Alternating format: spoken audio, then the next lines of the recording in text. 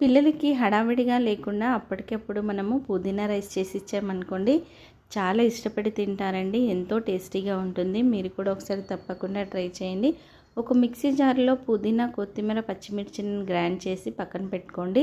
ఇప్పుడు stove వెలిగించేసి cooker పెట్టుకొని, cooker వేడెక్కాక ఆయిల్ వేసుకొని, ఆయిల్ వేడెక్కాక సాజీరా ఇంకా గోధుమ ఆకు వేసుకొని వేగిపోయాక మనం గ్రైండ్ చేసుకున్న మిశ్రమం వేసుకొని ఒక 2 నిమిషాలు పచ్చివాసన పోయేంత వరకు వేగించుకున్నాక అల్లం వెల్లుల్లి ముద్ద, పసుపు, అలాగే రుచికి సరిపడా ఉప్పు, కొద్దిగా గరం మసాలా వేసుకొని పచ్చివాసన పోయేంత వరకు వేయించుకున్నాక 1 గ్లాస్ బియ్యానికి 2 గ్లాసుల వాటర్ని యాడ్ చేసుకుందాము.